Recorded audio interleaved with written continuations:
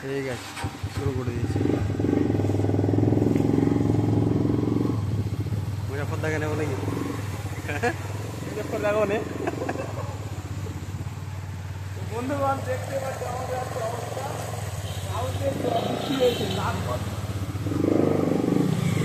কালকে বৃষ্টি হয়েছে তারপরেও এখনো জলটা কমে রাস্তায়।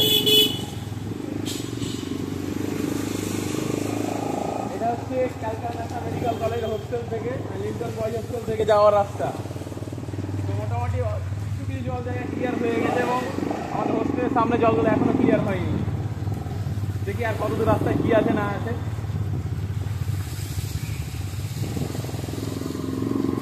কালকে তো আমি একদম পুরো সবাই দেখছি হাফ প্যান্ট করে ভ্যানে করে সব ডিউটি গেছে, বাট আমি কালকে ডিউটি যাইনি, এই এক্সকিউজ দেখিয়ে দিয়েছি যে জল আছে বলে।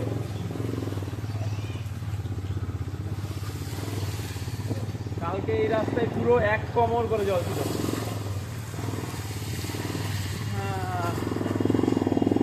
চলো বাকি দেখি রাস্তায় ক্লিয়ার হয়েছে কিনা, হসপিটালে ক্লিয়ার হয়েছে।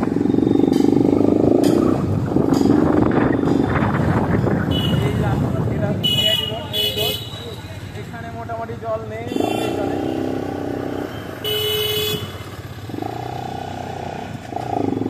দেখা যায় হসপিটালে কি পরিস্থিতি আছে। জল রাস্তায়, এই রাস্তায় কালকে একদম পুরো এই লেভেল অব্দি জল ছিল।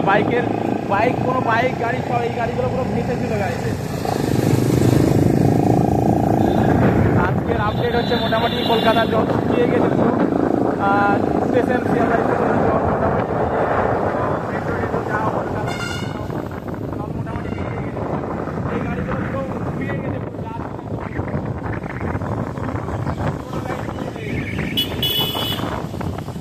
কালকে যা ভিডিও দেখেছিল আমাদের একটা দাদাই ভিডিও ছেড়েছিল, পুরো হসপিটালে পুরো জল লেগেছিল। এমার্জেন্সি গেট পুরো, আমরা এলাম এখন এমার্জেন্সি গেটে। এইদিকে জল পুরো লেগেছিল, এখন একদম পুরো শুকনো হয়ে গেছে। মানে এটা হচ্ছে আমাদের হসপিটালের চারিপাশে ফিরে দিচ্ছে। এই জায়গাগুলোতে কালকে একদম পুরো অনেক জল ছিল, প্রচণ্ড জল। এই এমার্জেন্সি গেট দিয়ে কালকে পুরো মানুষ যেতে পারছে না, এত পেশেন্ট কালকে সাফার করেছে এই জল, এই যে নিকাশি এই ব্যবস্থাগুলো একদম পুরো জ্যাম হয়ে যাওয়ার জন্য।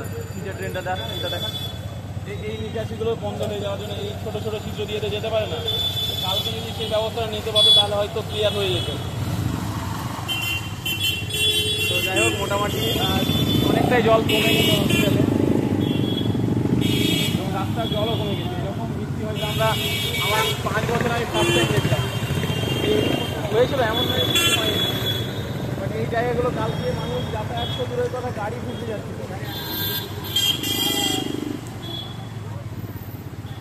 আজকে জল নেই বললে এখানে যেখানে কাজগুলো চলছে কর্পোরেশন এই যেগুলো প্লাস্টিক জমে যাওয়ার জন্য, এই সবগুলো জমে যাওয়ার জন্য একদম মানে সরকারের দোষ দিলে তো হবে না সব কিছুতে, কারণ মানুষেরও কিছু দোষ আছে এখানে। এই জায়গাগুলোতে এই সব জমে যাচ্ছে প্লাস্টিকগুলো, এই জমে যাওয়ার জন্য সেই অবস্থা। কারণ যতই যাই করুক না সরকার, যতই যাই না, মানুষ যদি সচেতন না হয় তো কখনোই কিছু পসিবল না। এখানে এটা হচ্ছে আমাদের হসপিটালের 3 নম্বর গেট। এখানে এখনো আমি জানি না আমার পা ডুবে যাবে কিনা, এখনো একদম পুরো জল জমে যাবে। এটা হচ্ছে 3 নম্বর গেট।